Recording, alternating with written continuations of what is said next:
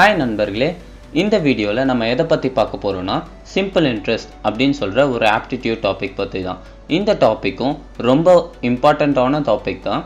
இதில் இன்னொரு டாப்பிக்கும் இருக்குது, காம்பவுண்ட் இன்ட்ரெஸ்ட் அப்படின்னு சொல்லிட்டு. இந்த சிம்பிள் இன்ட்ரெஸ்ட் ரொம்ப ஈஸியான டாபிக். அதே மாதிரி காம்பவுண்ட் இன்ட்ரெஸ்ட் கொஞ்சம் கஷ்டமாக இருக்கும், பட் அண்டர்ஸ்டாண்ட் பண்ணால் அதுவும் ரொம்ப ஈஸி தான். இந்த வீடியோவில் நம்ம வெறும் சிம்பிள் இன்ட்ரெஸ்ட்னா என்ன, அதோட கான்செப்ட் என்ன, அதோட ஃபார்முலாஸ் என்னென்ன கொஷின்ஸ் இதில் இருந்து கேட்கலாம் அப்படின்றத மட்டும் பார்ப்போம். சரி, வாங்க வீடியோக்குள்ளே போகலாம்.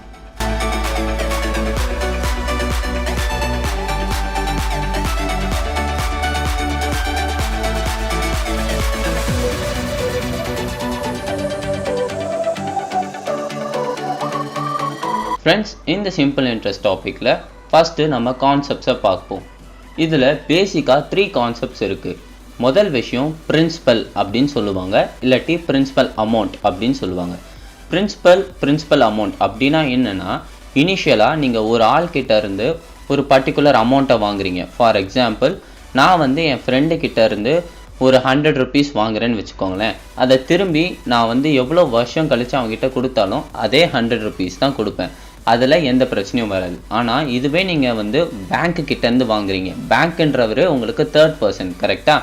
ஒரு தேர்ட் பர்சன் கிட்டேருந்து ஒரு அமௌண்ட் வாங்குறீங்கன்னா நீங்கள் எவ்வளோ நாள் கழித்து தரீங்களோ அதுக்கேற்ற மாதிரி பர்டிகுலர் பர்சன்ட்டாக நம்ம ஒரு அமௌண்ட் தருவோம். அதுதான் இன்ட்ரெஸ்ட் அப்படின்னு சொல்லுவாங்க, இல்லை தமிழில் நம்ம வட்டின்னு சொல்லுவோம், கரெக்டாக? இந்த இன்ட்ரெஸ்ட் அப்படின்னு சொல்கிற இந்த இன்ட்ரெஸ்ட்டுக்கு முன்னாடி நம்ம இனிஷியலாக ஒரு அமௌண்ட் வாங்குகிறோம்ல, இல்லை நம்ம சில பேருக்கு கொடுப்போம் இல்லையா, அதுதான் பிரின்சிபல் அமௌண்ட் அப்படின்னு சொல்லுவாங்க. ஸோ எவ்வளோ வருஷம் கழித்து நம்ம கொடுத்து அதுக்கு எக்ஸ்ட்ரா ஒரு அமௌண்ட் பே பண்ணுவோம் இல்லையா, அதுதான் நம்ம இன்ட்ரெஸ்ட் அப்படின்னு சொல்லுவோம். இதில் சிம்பிள் இன்ட்ரெஸ்ட் அப்படின்னா என்னென்னா, ஒவ்வொரு வருஷத்துக்கோ இல்லை ஒவ்வொரு மந்த்துக்கோ ஒரு particular percent of amount detect பண்ணுவாங்க. இதில் சிம்பிள் இன்ட்ரெஸ்ட் நம்ம சொன்னோன்னா யூனிஃபார்மாக இருக்கும் அந்த இன்ட்ரெஸ்ட் அமௌண்ட். ஸோ காம்பவுண்ட் இன்ட்ரெஸ்ட்ன்றது ஒவ்வொரு பர்டிகுலர் இயர்ஸுக்கும் நம்மளோட இன்ட்ரெஸ்ட் அமௌண்ட் சேஞ்ச் ஆகிட்டே இருக்கும். ஆனால் அதுவே சிம்பிள் இன்ட்ரெஸ்ட் அப்படின்னு நம்ம பார்க்கும்போது எல்லா வருஷமும் யூனிஃபார்மாக தான் இருக்கும்.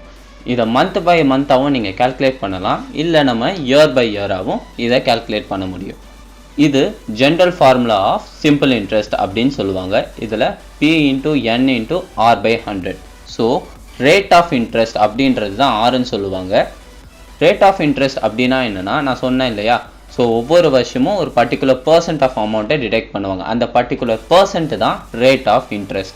இதில் R/100 அப்படின்னு ஏன் போட்டிருக்கோன்னா, இப்போ ஒரு பர்சன்டேஜ் வேல்யூ இருக்குது, அதை நம்ம ஒரு நியூமெரிக்கல் வேல்யூவாக மாற்றணும்னா, ஃபார் எக்ஸாம்பிள் 25%ன்னு இருக்குன்னா அதை 25/100ன்னு போடுவோம். ஆரை நீங்கள் பர்சன்ட் வேல்யூவாக எடுத்துக்கிட்டிங்கன்னா அதை அப்படியே சப்ஸ்டியூட் பண்ணிங்கன்னா ஸோ 25/100 அப்படியே வந்துடும். ஸோ இதுதான் general formula of simple interest அப்படின்னு சொல்லுவாங்க. இதில் கிடைக்கிற வேல்யூ நம்மளோட இன்ட்ரெஸ்ட் வேல்யூ, ஓகேவா? இப்போ நெக்ஸ்ட்டு இதில் என்னென்ன கொஷின்ஸ் கேட்கறதுக்கு வாய்ப்பு இருக்குன்னா, சிம்பிள் இன்ட்ரெஸ்ட் கண்டுபிடிக்க சொல்லுவாங்க, இல்லை ரேட் ஆஃப் இன்ட்ரெஸ்ட் கண்டுபிடிக்க சொல்லுவாங்க, பிரின்சிபல் அமௌண்ட் இல்லை அமௌண்ட். இந்த அமௌண்ட்டுன்ற வேல்யூ உங்களுக்கு கொஞ்சம் கன்ஃபியூஷனாக இருக்கும். அது என்னதுன்றதை நான் நெக்ஸ்ட்டு இதில் சொல்கிறேன். அதே மாதிரி நம்பர் ஆஃப் இயர்ஸ் கண்டுபிடிக்க சொல்லுவாங்க. ஸோ இந்த ஒரு ஃபார்முலாவை வச்சு நீங்கள் இத்தனை டைப்ஸையும் ஈஸியாக கண்டுபிடிச்சிடலாம். ஏன்னா மற்ற டேட்டாஸ்லாம் உங்களுக்கு கொஷின்லேயே கொடுத்துருவாங்க. சரி, இப்போ ஒரு எக்ஸாம்பிளை நம்ம பார்ப்போம். அந்த எக்ஸாம்பிள் மூலமாக நம்ம அண்டர்ஸ்டாண்ட் பண்ணிப்போம். ஃபஸ்ட்டு இந்த கொஷனில் find the total amount for 3 years where the initial principal amount is 1000 rupees and rate of interest is 10% அப்படின்னு கொடுத்துருக்காங்க, கரெக்டாக? இப்போ நம்மளை டோட்டல் அமௌண்ட் கண்டுபிடிக்க சொல்லியிருக்காங்க. இனிஷியல் பிரின்சிபல் அமௌண்ட் என்ன கொடுத்துருக்காங்க, 1000 கொடுத்துருக்காங்க. அதே மாதிரி ரேட் ஆஃப் இன்ட்ரெஸ்ட் வேல்யூ 10%ன்னு கொடுத்துட்டாங்க.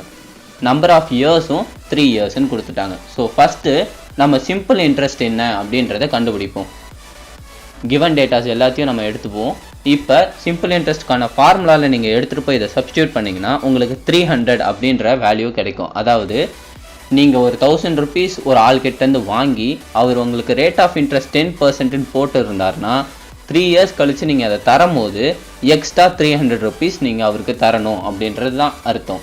இப்போ இந்த அமௌண்ட்டு நான் ஒன்று சொன்னேன் இல்லையா, அமௌண்ட்டுன்றது வேறு எதுவும் இல்லை, டோட்டலாக நீங்கள் எவ்வளோ ரூபாய் அவருக்கு தரணும் அப்படின்னு கால்குலேட் பண்ணணும்னா இன்ட்ரெஸ்ட்டையும் பிரின்சிபலையும் ஆட் பண்ணிக்கோங்க. ஸோ 300 + 1000 1300. ஒரு ஆள்கிட்டேருந்து நான் 1000 ருபீஸ் வாங்கியிருந்தேன்னா 3 இயர்ஸ் கழித்து நான் அவருக்கு 1300 ருபீஸ் தரணும் அப்படின்றது தான் இதுக்கான அர்த்தம். இப்போ இதில் 3 வேல்யூஸ் இருக்குது கரெக்டாக. இந்த 3 வேல்யூஸும் பாருங்கள். அதாவது ஒரு வருஷம் கழித்து நான் தரேன்னா வெறும் அவருக்கு 100 ருபீஸ் எக்ஸ்ட்ரா தந்தால் போதும். இதுவே 2 வருஷம் கழித்து தரேன்னா நான் எக்ஸ்ட்ரா ஒரு 100 ருபீஸ் தரணும். 3 வருஷம் கழித்து தரேன்னா எக்ஸ்ட்ரா இன்னொன்று ஒரு 100 ருபீஸ் தரணும். அதுதான் இந்த டெக்ஸ்ட் பாக்ஸில் நான் உங்களுக்கு கொடுத்துருக்கேன். இந்த யூனிஃபார்ம் அப்படின்றது இந்த இடத்துல தான் நீங்கள் பார்க்கணும். இந்த இன்ட்ரெஸ்ட் அமௌண்ட் பார்த்தீங்கன்னா ஒவ்வொரு வருஷமும் 100 ருபீஸ் அப்படின்ற வேல்யூ ஈக்குவலாக வந்துக்கிட்டே இருக்குது. அதனால தான் இதை நம்ம சிம்பிள் இன்ட்ரெஸ்ட் அப்படின்னு சொல்கிறோம். ஸோ ஃப்ரெண்ட்ஸ், இதோட நம்ம வீடியோவை நம்ம முடிச்சுக்கலாம். இதோட அடுத்த வீடியோவில் காம்பவுண்ட் இன்ட்ரெஸ்ட்டோட உங்களை பார்க்குறேன். தேங்க்யூ.